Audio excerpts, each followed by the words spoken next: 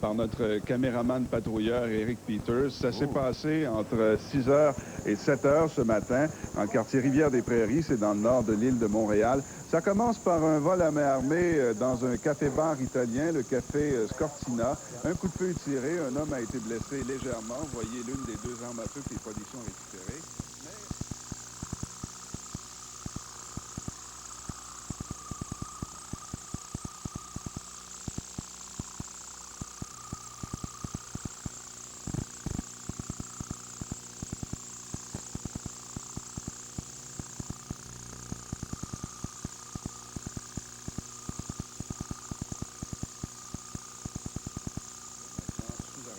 Dans un poste de police de la CIVA.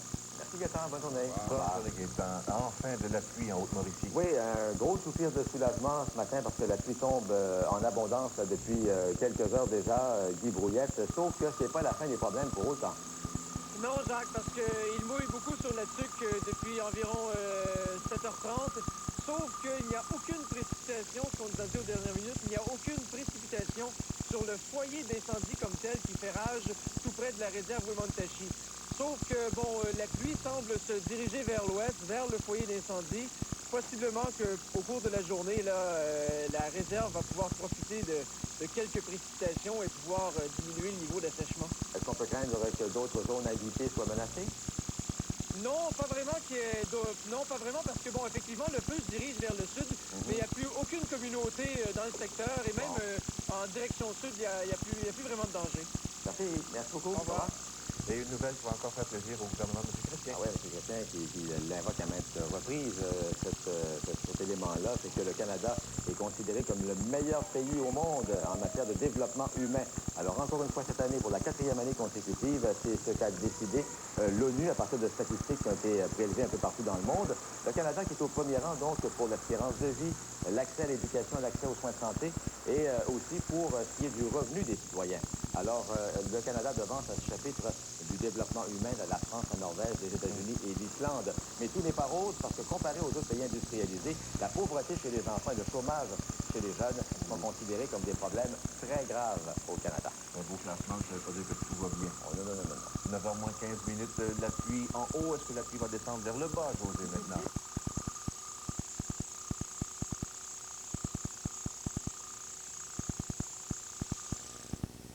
Mètres vers le nord. Il y a un deuxième foyer d'incendie qui a pris naissance au cours de la nuit dernière. Il a pris naissance au même endroit où le feu a débuté mardi, mais on me dit que ce deuxième foyer est quand même sous contrôle. Alors, on peut dire quand même que c'est pour eux encourageant parce que le village, ils le savent maintenant, a été épargné. Alors, comment on réagit dans la communauté?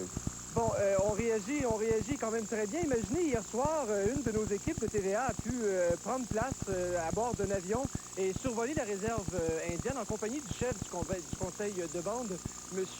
François Néachit. Et en revenant de ce vol, eh bien, ils ont utilisé nos images pour faire un visionnement à la communauté. Et je laisse, si vous voulez bien, le chef François Néachit nous raconter comment ils ont réagi effectivement et ils sont heureux. Ça les a beaucoup encouragés. Il a fait en sorte qu'il y a eu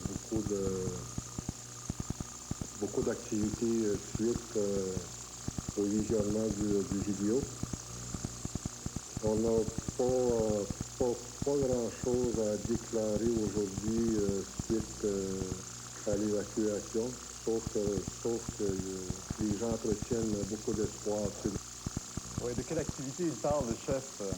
En fait, c'est que bon, il y a au cours de la soirée, au cours de la nuit, c'est qu'il y a des Atikamekw qui ont été tentés de gagner la réserve. Et bon, parce qu'effectivement, les nouvelles étaient bonnes, mais ils se sont butés à un barrage de la Sûreté du Québec et ils ont dû rebrousser chemin.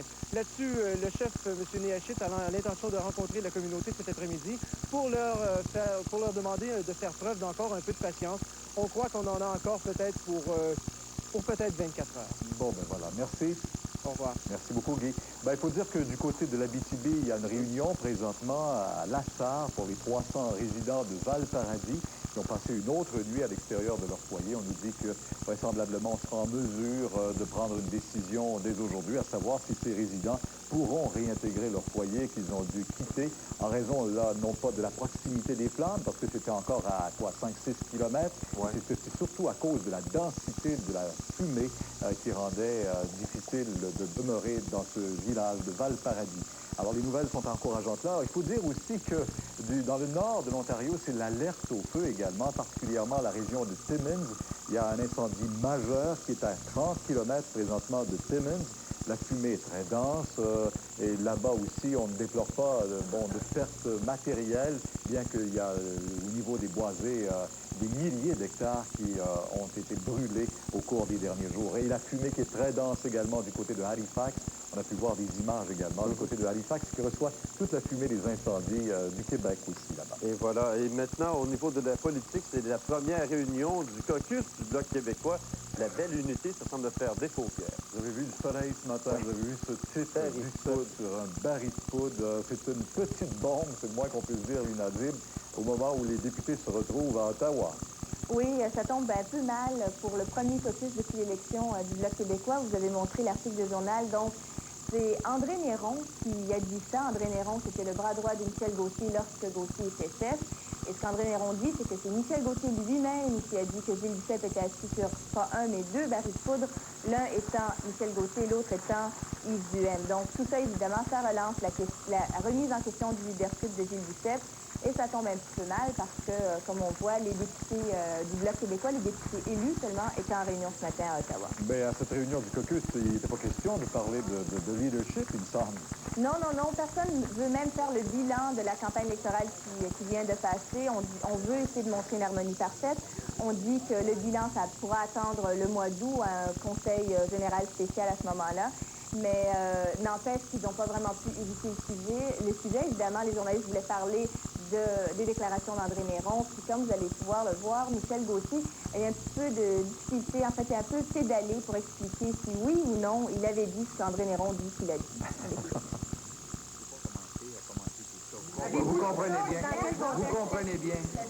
Vous comprenez bien une chose, c'est que de toute manière, à procéder comme il procède là, c'est en ce qui me concerne, c'est pas loin d'un bris de secret professionnel. Ces choses-là n'ont pas été dites.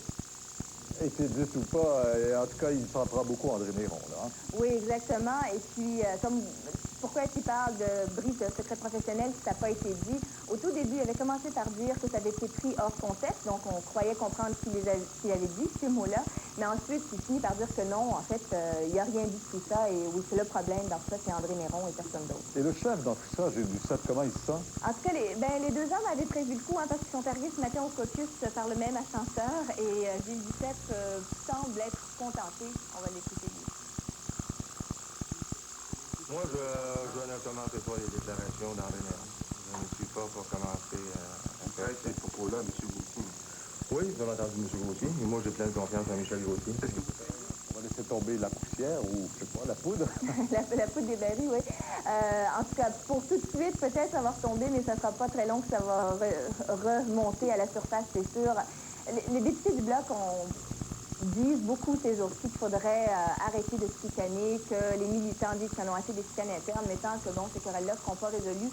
La course au leadership, ça n'a pas été très joli. La campagne électorale, il y a eu pas mal de problèmes. Donc, je veux pas, à un moment donné, il va falloir que tout le monde se regarde dans la face et se dise les vraies choses. Et puis, donc, on va sûrement entendre parler encore de la remise en question du leadership de Gilles Duceppe dans les jours qui viennent. Bon, ben voilà. Merci. Au revoir.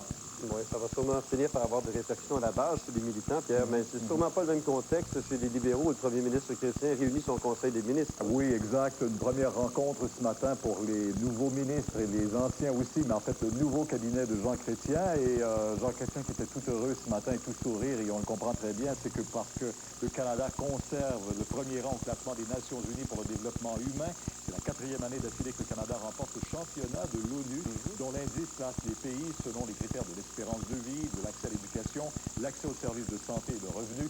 Il a dit en arrivant, c'est aujourd'hui, le Canada, c'est un merveilleux pays. Oui, effectivement, il y a sûrement de nombreux journalistes étrangers qui sont en mesure de constater aujourd'hui, qui ont assisté à cette conférence de presse de Jacques Villeneuve. Oui, exact. Jacques Villeneuve qui est très confiant, hein, on l'a vu. Il ne se laisse pas troubler et non plus déranger par cet aller-retour qu'il a fait hier sur Paris où il a reçu un blâme de la Fédération internationale automobile. Michel Chabot, ce matin, il dit maintenant consacrer toute son attention et sa préoccupation, sa seule, c'est le Grand Prix de la fin de semaine prochaine et il veut une victoire. Oui, il veut une victoire. L'année dernière, je vous le rappelle, deuxième, mais cette année, il est le favori. Les spécialistes, les amateurs s'attendent à une victoire de Jacques Villeneuve. Donc, évidemment, il serait très déçu si ça ne se matérialiserait pas. Oui. Et il va nous le dire d'emblée. Vous allez entendre ce qu'il a raconté, et que Montréal, c'est sa course de prédilection parmi toutes. C'est la course la plus spéciale de la saison. Je suis né à 20-30 km d'ici, donc c'est quand même assez spécial. Et bon, déjà tous les endroits francophones, donc même en France, à Monaco, parce que j'ai quand même grandi là-bas, c'est aussi des courses spéciales. Mais la plus spéciale, c'est Montréal, c'est sûr. Et ce qu'un an d'expérience également peut lui rapporter, hein, on sent cette confiance et il dit qu'il n'y aura pas tout à fait les mêmes préoccupations au niveau du bolide. Non, voilà, parce qu'on se connaît au sein de l'équipe maintenant. C'est sa deuxième saison. Il y a moins d'imprévus. On connaît les circuits, on connaît les goûts, les ajustements et tout ça du côté de Jacques Villeneuve. Donc, ça va beaucoup mieux au sein de l'équipe. Ça va mieux avec son coéquipier aussi au niveau de l'esprit d'équipe. Donc, on le sent beaucoup plus solide, beaucoup plus, si vous voulez, confiant envers son équipe et envers son bolide. Et on va l'entendre également. On l'a entendu nous parler également de cette histoire avec la Fédération internationale de l'automobile, où il a dit « On ne m'a pas tapé sur les doigts pour l'essence des propos. Ce qu'on m'a dit, c'était de faire attention de la façon dont je les formulais. » Et c'est tout simplement ça. Ça a duré 10 minutes. On l'a fait venir à Paris. D'une certaine façon, on lui a demandé « Est-ce que c'est, crois-tu, pour te museler ?» Il ne le croit pas, mais il reste qu'il y a quand même un message que la Fédération internationale d'automobile voulait passer. Bon, voilà. En terminant, peut-être juste souligner que la stratégie au cours de la fin de semaine, elle n'est pas tout à fait en place, mais déjà, il en a donné une bonne indication ce matin. Oui, d'ailleurs, écoutez, on va l'écouter immédiatement, nous résumer. Peut-être aussi nous parler, vous vous souvenez de la saison dernière où il parlait, quand il est arrivé à Montréal, il était assez surpris de voir de quelle façon sa figure se retrouvait partout sur des panneaux publicitaires. Alors, on va l'écouter nous dire cette année s'il se sent comme l'année dernière dans un bocal de poisson. Un poisson dans un bocal, voilà. La différence entre l'année dernière et cette année, c'est bon, déjà j'ai plus de confiance, c'est sûr. Avec l'équipe, avec moi-même, avec l'auto, on travaille mieux. Je sais qu'on arrive ici en connaissant notre matériel, avec des valeurs connues. Alors, les premiers essais, c'est dès vendredi? Exactement, oui, les qualifications samedi et le Grand Prix dimanche. Merci beaucoup. Au revoir. Au revoir. Je regarde votre dernier titre ici. Est-ce que vous voulez nous faire vous-même un tour de piste du circuit? Aimeriez-vous? Pas moi. Non, je ne suis pas vraiment capable de même m'asseoir au volant d'une voiture comme celle-là, bien que j'aimerais ça peut-être. Je pense qu'il va y avoir un certain thrill à s'asseoir là. Mais Gabriel Gélina, notre chroniqueur automobile, l'a fait avec Esther Desjans. Il nous amène sur le circuit de Villeneuve et ils essaient de nous faire comprendre les enjeux de cette course-là.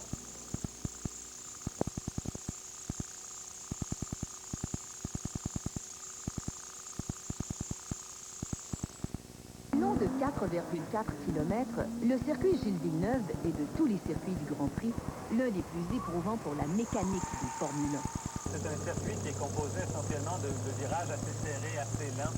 Donc les pilotes sont tout le temps en train de traîner très violemment, très fort. Le circuit peut être divisé en 5 parties. Le premier véritable défi pour les pilotes est le virage Senna, baptisé en l'honneur du champion brésilien mort en 1994. Le virage Senna lui-même se négocie à peu près à 68-70 km/h pour ces voitures-là en deuxième. Ensuite, il y a beaucoup d'accélération ici. Atteignant rapidement 225 km/h, les bolides s'engouffrent ensuite dans les S, la partie la plus technique de la piste. Là, on retrouve des enchaînements de virages, et surtout des virages aveugles, c'est-à-dire des virages dans lesquels, lorsque les pilotes s'engagent, on ne voit pas vraiment la sortie. Après le virage à l'épingle, les pilotes atteignent les vitesses les plus élevées, soit 300 km/h, dans la ligne droite du casino. Mais la chicane des puits les force vite à freiner encore, un endroit propice au dépassement, donc dangereux. Il y a eu un accident l'année dernière? Oui, effectivement. D'ailleurs, Ricardo Rosset et Yukio Katayama se sont accrochés ici au freinage de la chicane des puits. Le circuit Gilles Villeneuve est un de ceux où les gradins sont situés plus près de la piste, à 6 pieds à certains endroits. Il permet aux 60 000 amateurs assis de vivre le Grand Prix intensément. En fait, vivre intensément, c'est aussi ce que nous a permis ce simple tour de piste. Ça va? Merci beaucoup. Esther Bégin, TVA, Montréal. C'est absolument fascinant. Je me souviens d'avoir rencontré Esther ce matin-là. Je peux vous dire qu'elle était vraiment pas brasse, même une heure ou deux après, parce que tu peux pas. J'ai entendu dire. On a enlevé un petit extrait.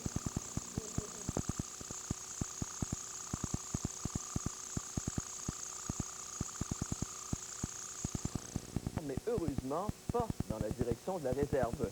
Ce répit fournit l'occasion aux combattants de renforcer leur ligne de défense en bordure du village.